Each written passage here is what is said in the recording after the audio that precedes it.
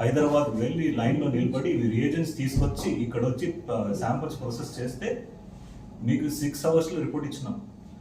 ఆ నమ్మకంతో మేము ఎప్పుడు అల్ట్రాసౌండ్ సర్వీసెస్ స్టార్ట్ చేసినామో డే 1 నుంచి మా జనాల మధ్యలో మా పైన ఎంత నమ్మకం ఉందంటే డే 1 నుంచి ఏం లేదంటే 50 to 60 పేషెంట్స్ ప్రతి ఒక్క మండల్ నుంచి వస్తున్నారు. పేషెంట్స్ ఇక్కడ వచ్చేది డయాగ్నోసిస్ కోసం, ట్రీట్మెంట్ కోసం కాదు. సరేనా? ఇక్కడ మా దగ్గర ట్రీట్మెంట్ లేదు. ఆల్రెడీ వాళ్ళు డాక్టర్ కన్సల్టేషన్ తీసుకుని ఉంటారు. వాళ్ళకి ఏమైనా డౌట్ ఉంటే, డాక్టర్ గారికి డౌట్ ఉంటే వాళ్ళకు ప్రిస్క్రిప్షన్ రాస్తారు. ఏమైనా ఎమర్జెన్సీ ఉంటే మాతో డైరెక్ట్గా ఫోన్లో మాట్లాడతారు.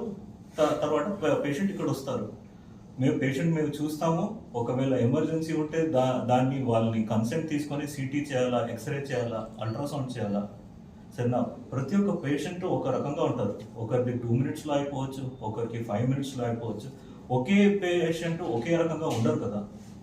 సరేనా? మొత్తం మొదటిసారిగా ఫస్ట్ టైం ఆధ్వర్యంలో RT-PCR స్టార్ట్ చేసింది ఎవరు? Orbit diagnostic centre.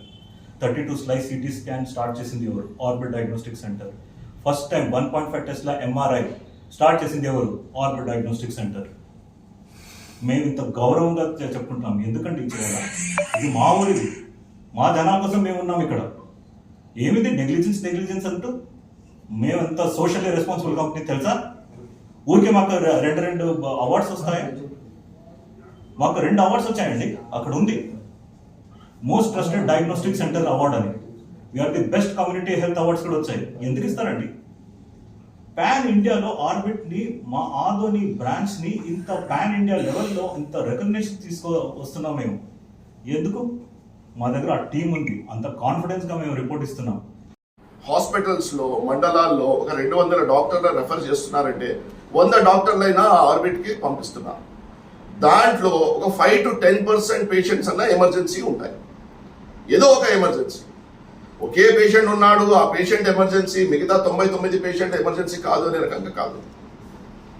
కానీ ఒక ట్రీటింగ్ డాక్టర్ యూజువల్ గా మేమేం చేస్తామంటే, ఒక ఎమర్జెన్సీ సీరియస్ పేషెంట్ ఉన్నాడంటే వి కాల్ అప్, ఫోన్ చేసి doctor Madhu, doctor Karthik, doctor Vinay, sir ఒక ఎమర్జెన్సీ పేషెంట్ వస్తా ఉంది, అందరు బిజీ ఉన్నారు అంటే మేనేజర్ సుధాకర్, రాజశేఖర్ కు ఫోన్ చేసి, సార్ ఒక సీరియస్ పేషెంట్ ఉంది, ఫస్ట్ పంపియాలా వద్దా? ఎందుకంటే ఆల్రెడీ అక్కడ ఒక పేషెంట్ అనేటువంటి ఉంటాడు. డయాగ్నోస్టిక్ సెంటర్ లో ఎవరు ప్రయారిటైజేషన్ చేయలేరు.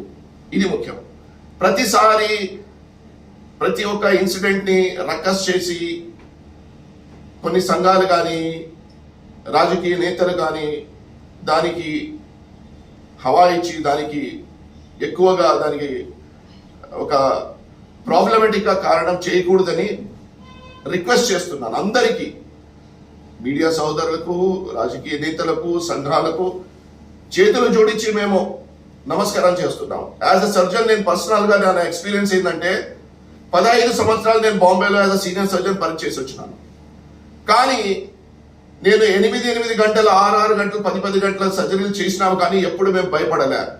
ఇక్కడ వచ్చిన పేషెంట్ వాక్-ఇన్ వస్తున్నాడు, ఎమర్జెన్సీ ఉంది, మా గుండె దడ ఉంటుంది. ఎందుకు?